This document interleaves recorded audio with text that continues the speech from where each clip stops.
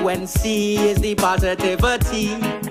All the youths have the ability to become anything that they wanna be. How are you? Let's start with that. That's a great question. Often people don't ask that. I am blessed. I am grateful. I am humbled. I am living. I am happy, and all of that in one.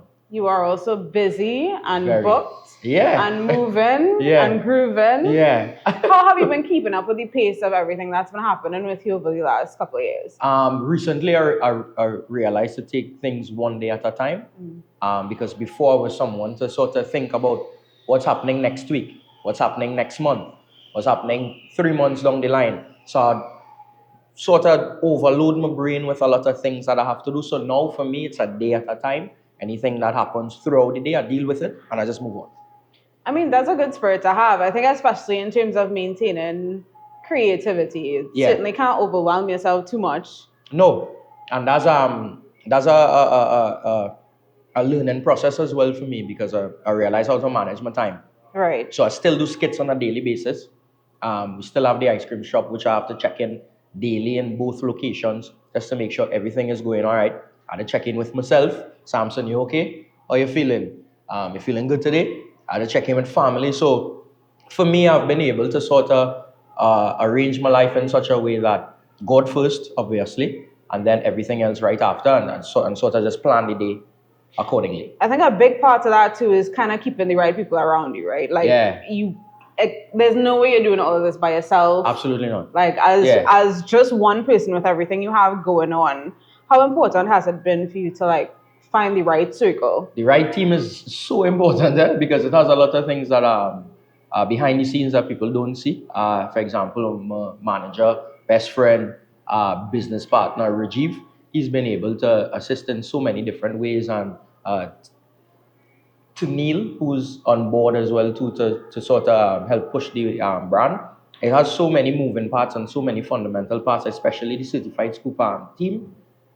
They work extremely hard, and it's like all these moving parts to make one dream possible, which is for a young man dream to have a space that could have his supporters and of course new people sort of come into a place that is an extension of what his brand is. For me, I'm extremely happy for that, and the team, I can't stress enough how much I appreciate them, honestly. But you know, it's interesting that you kind of see it all as one dream. Like it's linear to you, the start in content creation, and then now in entrepreneurship and everything else coming after. That's one line of dream that you have. That's a really big. That's a tree dream with many branches. Yeah. So I would look at it like that. The starting process was figuring out what I'd like to do. From there, how could I get good at what I'm doing, and how could I appreciate the learning process of doing the content that I do, because I understand that I'm in the public eye. It's a world for criticism, both good and bad. So it's something that while doing it, I've gained a lot of experience in terms of, okay, this is good advice, this is bad advice. So when I went into the realm of business, it was sort of like the same sort of fundamentals. I'm opening a business, I'm going to know many different aspects of it going to show up. One being criticism as well, both good and bad. But I listen to everything and I try to be that. Finding the thing, getting good at the thing, and then perfecting the thing. Yeah. And maintaining that flow. Yeah, absolutely. That's I just feel like, as I always say, that's a big word for Elmo. Like that's a lot to kind of absorb and kind of deal with on a day-to-day basis, because it's not as if you've paused one dream to chase the other. No. You're doing all of these things at the same time. Yeah, and then health as well. So that aspect of my life I made sure and I prioritize as well too, because we often don't speak about it, which is mental health and being sound and strong as much as possible. So I leave people to do what they're good at. And as I mentioned, Rajiv, manager, best friend, business partner, he's good on the business side. I am good on the creative side. And we sort of like figured out how to coexist and play on each other's strength. Do you yin and yang? Yeah, yin and yang is essentially. So I want to talk about the characters a little bit. Yeah. We saw Ezekiel torture the rest of his family. But it's a big family. It's mom, it's dad, granny, Jackson, daddy. Like, it's everybody involved. How do you, as one individual with one personality, one stream of thought, find yourself developing all of these different characters? Like, I know you said before that it's based on what you see as someone in a family as well. But I mean, there's a level of creativity involved in scheming with somebody like Ezekiel. How do you stay creative in that? So for me, it's the body of work that I've been doing for a long time. It was a process where it I was able to learn how to be better at my craft. I was able to understand the audience and what they like. And I understood that the family content that I did resonated with a lot of people. So for me, my job and task from there is to how to make this as believable as possible. Sort of like my own sitcom. Day by day, you tune in to see what the Sampson family doing. And Ezekiel was I would say the star of the show. He was the one that sort of propelled everything in a trajectory that I didn't see coming. All we're missing is a live studio audience. All we're missing is a live studio audience. And I'm actually trying to plan a show that I could do with Ezekiel and the other plethora of characters that I have. But one thing for sure is, like, I just like to get the essence of what a Caribbean family is. And if I do think I have it good, I won't do it at all. So Ezekiel was inspiration from a little gremlin cousin of mine who's extremely hardened. That came from there. The other characters came from real life experience, like mom, dad. Jackson's a real life experience. Jackson is somewhat me, you know. Jackson. You? Jackson is somewhat my personality in terms of the confidence I wish I had. But I don't have it, so I portray it through a character. Well, she's kind of there with the half-button shirt and, very Jackson-esque your dress up here today. Wow, yeah. Jackson is one of the characters I enjoy playing, because it's sort of like I'm excited to see what people are going to say, because I know it have a storyline with him and the grandmother character that going on, and he using the grandmother for money. Yeah. Right? That's the part of Jackson I don't say I emulate. Sure? Just the confidence part alone. Yeah. If you say so. Yeah. But I mean, as this kind of continues to develop, we've seen your fan base develop too. Like, it used to be a bunch of late teens, 20-somethings originally. And now with Ezekiel and with that very family-oriented, like, all-together cast that you've developed, your fan base is now, from the time they can speak to daddy and mommy too. So what I've done, I've able to pinpoint the characters and the age group that probably like those characters, and I've been able to smoothly transition it in such a way everybody get a taste of what they like. Some people within an age group like Jackson, some people within an age group like Ezekiel, some people like Screws, some people like Zion. So what I'm trying to do is target like many different age groups to express that love I have for content, but also have something that they could enjoy as well. And they could come across to the certified Sampson page on many different platforms and enjoy the content that I put out. Now, Screws is actually another character I really wanted to talk a little bit about. I knew you was always a bright boy. I knew you was always a creative boy, very business-minded boy, but I didn't know. Hey. I didn't know you had bars. So like my mother, when I bring back home my exam papers, she didn't think that was always bright, but only when I bring back home the exam papers, I always knew you had it in you. But I love music. Music was something I loved growing up. I actually sang a song in the car with my mom, and she laughed at me. That was probably like about 12 years ago. It was a Christina Perry song, A Thousand Years.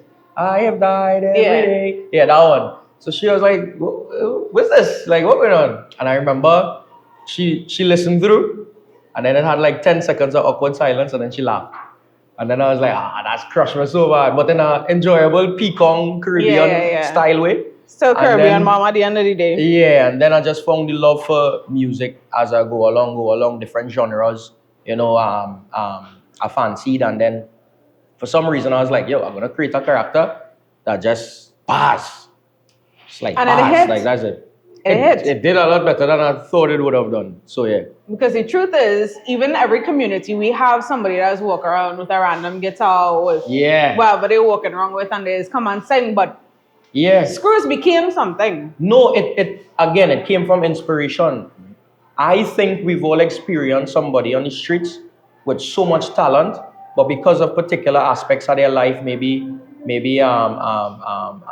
drugs that they're not supposed to go down, they sort of not able to fulfill their true talent in a larger scale. And maybe whatever life choices that they make didn't go that well, but they still sort of on the streets doing their thing.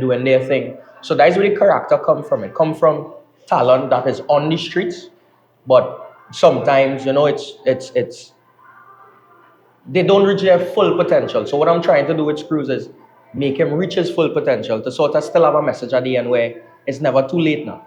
Like you can still turn yourself around, you can still turn your life around. So when that part of the storyline reaches, I think people will enjoy that part. You might see Screws on stage. Too. And the thing about it is that's leaking into real life because for sure. Screws is like people are not just viewing Screws as Screws. They're viewing Screws as wait now. This certified fella could really do something on our stage. Yeah. So what are we doing that? For sure. I even have a song with Zion called Change Your Life, and the content that I do, people think First of all, I love that you said he have a song with Zion as if all three of you aren't the same person. He have a song with Zion. I fool myself at this point. So Zion has a song called Change Your Life, and the content that I do is planned. Like I understand the responsibility. I understand a lot of youth looking at my stuff, so I try to be as positive as I could in the content that I do, where somebody could take away a learning experience, both kid and adult. So with Zion, we Change Your Life. I didn't intend on it being what it is now, and I realized the positive connotation of the song sort of inspired a lot of people. Seeing a lot of children singing Change Your Life, work hard in anything you do, be a better you. And to me, like that's the essence of life. It's like as no matter what age, the more we go up in life, you're gonna have a version of us that we're gonna change and change it for the better. Be a better you. It's sort of a message that I really like that a lot of the kids are singing. So for me, is to have the characters sort of emulate real life scenarios so that you can connect with it a lot more rather than you just come in to watch a video. You come in to watch a video and learn something at the end of the day and understand what the Caribbean diaspora gives off. We've seen all of these characters kind of come and cement themselves as part of the content that you do on a day-to-day basis. We've seen that become really stable and consistent. We've seen your fan base grow with it. And now we've seen you dive into entrepreneurial ventures like Certified Scoop. I did always wonder, and I always wonder every time I see a creator go into like hard brick and mortar business, what kind of drives their idea for that specific thing? So why specifically ice cream for you? So for me, big lover of ice cream. Mom fed up walk in the room and I have a pint of ice cream on each side, bap. And I will eat all of them watching a movie at the same time and she'll talk to me, sugar not good for you. That sugar not good for you, that sugar not good for you. But ice cream was something to me that if I'm upset, it can change the mood. If I'm happy, it'll change the mood to be happier. If I'm just feeling sad on a day, it just changes your mood now. It's like a happy go feeling dessert or item that you can enjoy. And when I started it was we had a process because I was trying to think about a business to open and we was like stationaries. We have a fan base of kids. Let's do some pencils, book bags, erasers, pencil case. But then I was like, that's too many items. And we had to go through too many channels to get those items, right? Vendors and suppliers. So then I was like, what do I like to eat? I was like, I like cornflakes. And I was like, certified flakes. Cereal? Certified cereal. And then we was like, certified flakes. And then I was like, I don't like it. Then Rajiv asked a question like, what do I like to eat? Because we was going into the food stuff as well. And then I was like, bro, I like ice cream. And then, hey, certified scoop. And that's where it came from. And then from there, we sort of put these steps and plans in place to make sure that it comes into fruition. And it's good. Like, I remember when the South Park branch opened, I couldn't find it the first time I went. let me tell you how I found it. I parked my car and was like, well, let's just walk and see if we find it. I followed the line. Wow. The line of children The line and their of parents. the line of And their errant younger siblings running about in the open area. And that's kind of how I figured out where it was, because I was like, obviously. I just called it the line of support because Yeah. I just overwhelmed still. Like, yes, you're looking at my content. You don't have to come here. And it's a choice of theirs to support a young man who's sort of been in their household on the TV or the phone for quite some time.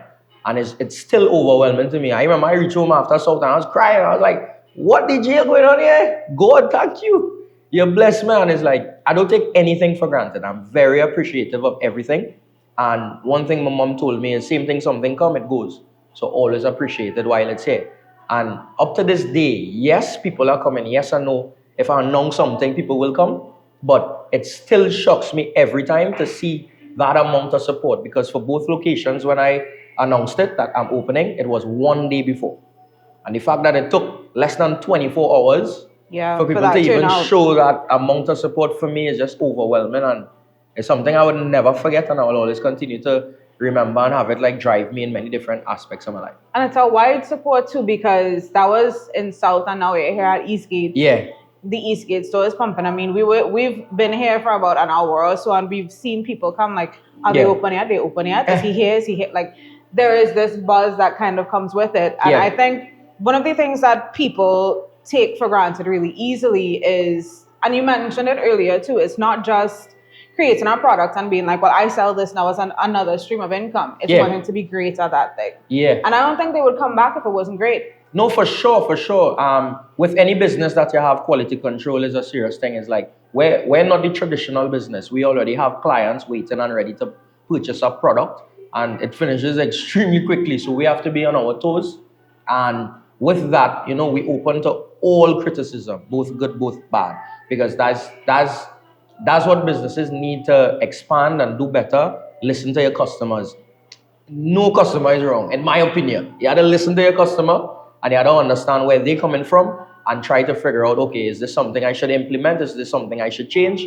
Try to make the customer happy. So for me, it's a learning experience every day. It's not 100% perfect. I've had people say that they taste, a flavor, they didn't like it so much, I changed it, and then they came back, tasted it, and it's like, yeah, this is it here. So it's like, I have no problem with learning. I have no problem with somebody coming and say, hey, I mean, not like this, could you change it? Maybe this way? No problem at all. And we do such, and we move along. That's a really good perspective to have, because usually there's an arrogance that kind of comes with, he's like, no, not me. Yeah, my mother go feel that energy and then show up, one hand tap behind my head. Don't forget where you come from. You should tap you and not Ezekiel. Both. So it's something, it still goes back to, they're coming to support a young man who opened up an ice cream place, and ice cream is a very competitive business, as we all know. So they choose here, and it's a reason why they're choosing here.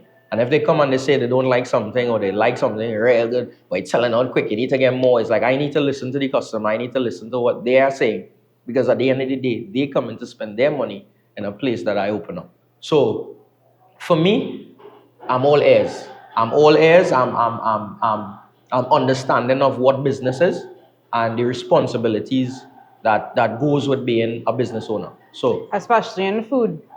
Absolutely. Yeah. I've went to certain places and I didn't like the food, or I may not like the beverage. I tell them about it. Some places I've gotten good customer service, some places I didn't. But for me, the places that I didn't get on rah-rah-ray. I just understood that this is not what I would like to emulate in my business and my establishment. I like to emulate great customer service, great ears in terms of listening, and execution in terms of whatever complaints, if we have, because we don't have a lot. Right. But nothing is perfect. So when we hear anything that we need to change, we change it. So you started with singular skits, made it an entire family, gone into entrepreneurship. I'm waiting for Zion and Screws and their mixtapes. Just by the way, I'm on Spotify. What comes after all of these different ventures? I actually planning something right now with Screws, which again, some proper instrumentals from a very established producer. that I'm gonna write on and do a listening party that people can come and listen 8 to 10 songs with Screws. Right now, the focus I have with Zion, the character, is to sort of do a school tour that affects the youth in a positive way. And the Change Your Life is a nice transition to go into it. So it's going to be called the Change Your Life School Tour. That will hopefully be coming up soon. That way I can go to each school and sort of tell them the journey, transition into the song, and leave the school with kids at least remembering that it's possible for anybody. Like don't feel because you're living in this area or you go through this experience, it's not gonna happen. I remember growing up in Enterprise. I lived in Enterprise for 13 years of my life. And I would never think where I am now. Back then, I would be here. I didn't think like that was gonna happen. And I had one day that changed my perspective. Kevin Hart, and I was watching like his journey and who he is, because that's my favorite comedian. And I was like, you know what? It's like anybody that have a opportunity to get up and breathe and move, have the opportunity to go for your dreams and work as hard as I could. I ain't gonna tell you I work hard. I real cry, I real tears, real frustration, real plenty things people don't see behind the scenes. Well, I think that was great, and I think everyone is kind of waiting with bated breath to see what else you do, because they're hanging on to every word, every new venture that you're into. The following comes, and I think that really does come from the spirit that you have and the perspective that you have in terms of ensuring that everyone who interacts with you, whether it's online or in person, that they always have a positive one. So absolutely, congratulations on that, on Thank the you. second store, Thank on the mixtapes that I still hope are coming. Yes. And everything else that you have going on. Absolutely. Anything else you want to say before Hopefully we wrap up? could get to do a song with Vibes Cartel. You know, that would be real good. Right? That would be nice. The other things I is... just think Cartel going to be here on Carnival Friday. Absolutely. We can make something happen. I'm going and see if something can happen. We'll get you on the stage. Listen. Listen. You never know what can happen. But I would say what's next is continue to inspire, continue to be at least a role model in a positive way, because a lot of youth may not have a role model in their age bracket. Probably within the country, they probably look for it internationally. But I'm very proud and happy to be sort of like a beacon of inspiration or like anything in a positive connotation for youth. And people, like when I say that, people will be like, yeah, you're just saying that, but they don't even understand like how much I appreciate where I am and how it affects the youth, because we need more positivity in a world filled with negativity. Like, it's filled. So for me, what's next is just to spread that, a movie hopefully, and more expansion of the Certified Scoop store. In Jesus' name, amen. All right. In Jesus' name, amen. Yeah. All right, well, thank you for spending some time with us, and thanks for the free ice cream. Absolutely, no problem. The cashier will be on you. Yeah.